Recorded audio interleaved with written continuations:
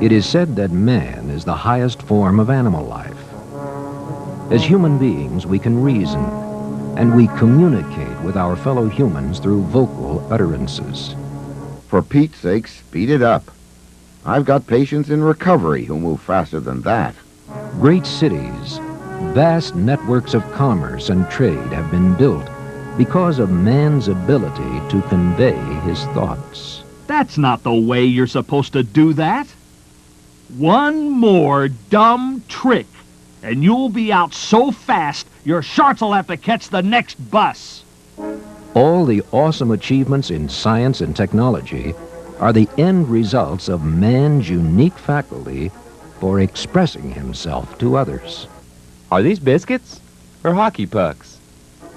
And the wondrous thing is, there are unlimited frontiers out there, still waiting to be conquered, as man moves ever forward in his capacities to communicate.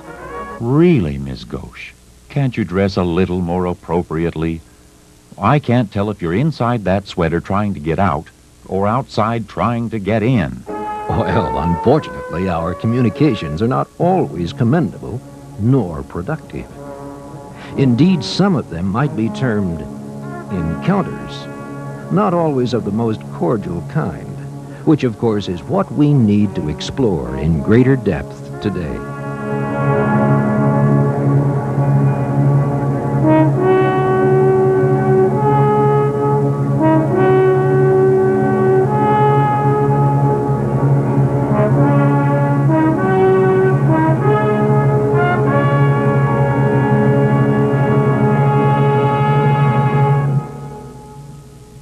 Why do so many of our verbal encounters in the hospital turn into hostile confrontations? Well, it's certainly not me. You heard what he said. These young punks think they know it all. Why can't they follow the instruction book? I didn't know how else to tell her.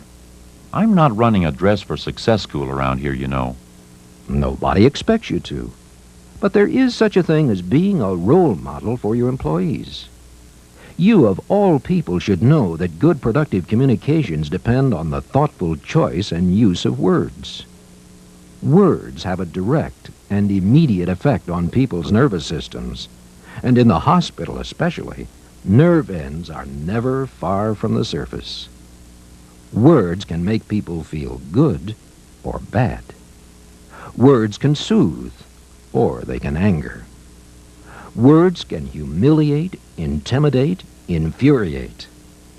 Or they can alleviate, motivate, and inspire. Since we live in a world of words, it would be well if we all spent more time considering how our words and our use of them affect others. Granting that improving our verbal communications is a lifelong journey, let's begin by examining some plain old human traits that make the going rough. There are three, primarily, that you can count on to inspire the thoughtless use of words: pedantry, pettiness, prejudice. Pedantry? Never heard of it. Lots of folks never heard of it, but they manage to exhibit it regularly. Actually, pedantry is a one-word blitz for bruising egos. It means having a closed mind, paying undue attention to formal rules, going strictly by the book. It shows dogged resistance to progress and generally results in using words that make others feel inferior and stupid. For example, you just showed a trace of pedantry with your helper. That's not the way that's supposed to be done. That's the pedantic, closed mind to anything done differently. You immediately made him feel that his way was inferior. Not only that, but you put his intelligence in question. One more dumb trick. And you threatened him with dire consequences. You'll be out of here so fast. How good are your communications with that young man now? What have you done to his initiative and enthusiasm? We're not saying that it isn't important to follow rules, regulations, and policy, especially in the hospital. But there are better ways to get that point across and still encourage initiative. New employees frequently come up with innovative improvements on old methods of doing jobs. But believe us, you're not the only one. Pedantry also means being so job and policy-oriented that one forgets humanness and human needs. These folks talk first and think later, if ever. Mr. Whipple doesn't need an extra pillow right now. Let's quit wasting time and get organized. So you've been here 20 years. What do you want? A receipt? Regulations say you get here on time. I can't help it if the noise is keeping her awake. Hospital policy says her door has to stay open at night. Preoccupation with on-the-job words that cut off any hope of useful communication. Mr. Whipple doesn't give a fig for your organizing. He needs an extra prop for his leg. I was only trying to help. She's so organized. She makes a list of who to say good morning to. Dependable employees usually have very good excuses for slipping up occasionally. And excessive noise levels in the hall certainly should not be permitted to rob a patient of necessary rest and sleep. People are, first of all, human beings who have needs that sometimes should transcend other considerations. Pedantry also presents a pompous face about knowledge and status. Well, well, Miss Rhodes. Playing doctor again, are we? The dictatorial egotist. I'm in charge here tonight, so let's just do it my way, okay? And the arrogant know-it-all. You didn't know that? I learned that my first year in nursing school. Know any pedants around you? Unfortunately, the hospital seems to have an uncommon number of them. From those shining white knights of the scalpel and the paragons of nursing excellence to the accurate-to-a-T accountant and the clean-as-a-whistle housekeeper. You'll know pedants the moment they open their mouths. Their communications give them away every time. Now, here's our next obstacle to good word communication. Pettiness. This, of course, is the tendency to get lathered up about trivial, inconsequential things, to be mean-minded and spiteful. Hospital people tend to blame patients with pettiness, and sometimes this seems to be the case. This is my bill? No wonder they wear masks in the operating room. But by and large, patients can't hold a candle to the pettiness of the healthcare team when they're in full swing. No, I really don't know where he is. Out posing for a statue, probably. Good heavens, girl, get a hold of yourself. Where is your perspective? Don't call me girl. And you're a fine one to talk about perspective. You went into a funk for a week after you missed that putt at the doctor's golf tournament. Petty words. What harm and hurt they cause. Ms. Gauche made that sweater herself, and she's carrying a grudge. But she could be fired for that telephone conversation, depending on who she was talking to. And these two will forever wage a verbal battle, with their professional relationship diminishing apace. I'm leaving Dr. Tickle in charge while I'm on vacation. He won't be able to reach me. I'm not sure where I'm going. Have you considered the Bermuda Triangle? Interdepartmental communications fall prey to pettiness, too, brought on in part by the constant vying for budget dollars and more help. Take my advice and get a new batch of tray girls. These you have can't even do wrong right. If I wanted advice like that, I'd go to Wonton's and open a fortune cookie. Your maids aren't anything to cheer about, you know. Have you bothered to look at the vending machine area lately? Ah, that's just women for you. They're all alike. Did you say women? Do you recall your forgettable remark to the engineer when you needed help on 6B?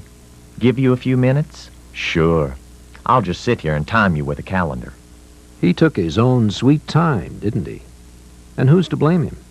When pettiness strikes, it's infectious, bad enough anywhere, but especially destructive and counterproductive in the hospital, where good communication is the only means to cooperation and teamwork. Now, last in those traits that make the going rough, prejudice. This one is a real killer. It crosses so many boundary lines to carry on its destructive campaigns, and it truly thrives in the hospital. Mr. Webster describes it this way: an adverse judgment or opinion formed without knowledge or examination of the facts. You say he's 80 years old? Why do I always have to waste my time and talents on these ancients? She really ought to think of retiring. She'd forget her head if it wasn't glued on with Geritol. The words of youth's prejudice against age. Some of our finest minds are inside those older heads. Pay a little attention. You might learn something. And patients, no matter how old or senile, deserve the finest medical and nursing care the hospital has to give. Then there's the irrational, interminable man-woman prejudice. We're getting a woman administrator? Well, that does it. What in the is this hospital coming to? That's just women for you. They're all alike. Or who was it said women are their own worst enemies? I may have to quit. I really much prefer working for a man. Makes you wonder, doesn't it, what she did to get that plush administrative job? Probably, though, the worst of all encounters come from those who have an ingrained prejudice against different races or religions. I'll have you know there's not a prejudiced bone in my body. Black, brown, red, or yellow. To me, underneath, they're all as white as I am. And if that didn't say it all, there are always the bigots, ethnic slurs, and religious jokes. Supposed to be funny, but the only one who dies laughing is the bluebird of happiness. Grouping people into neat little categories is another prejudice prerogative. You people are all the same. Downright lazy, I call it. I swear, I just don't know about all these new types they're employing. They all look alike to me. Makes a person afraid to leave anything valuable lying around, I can tell you.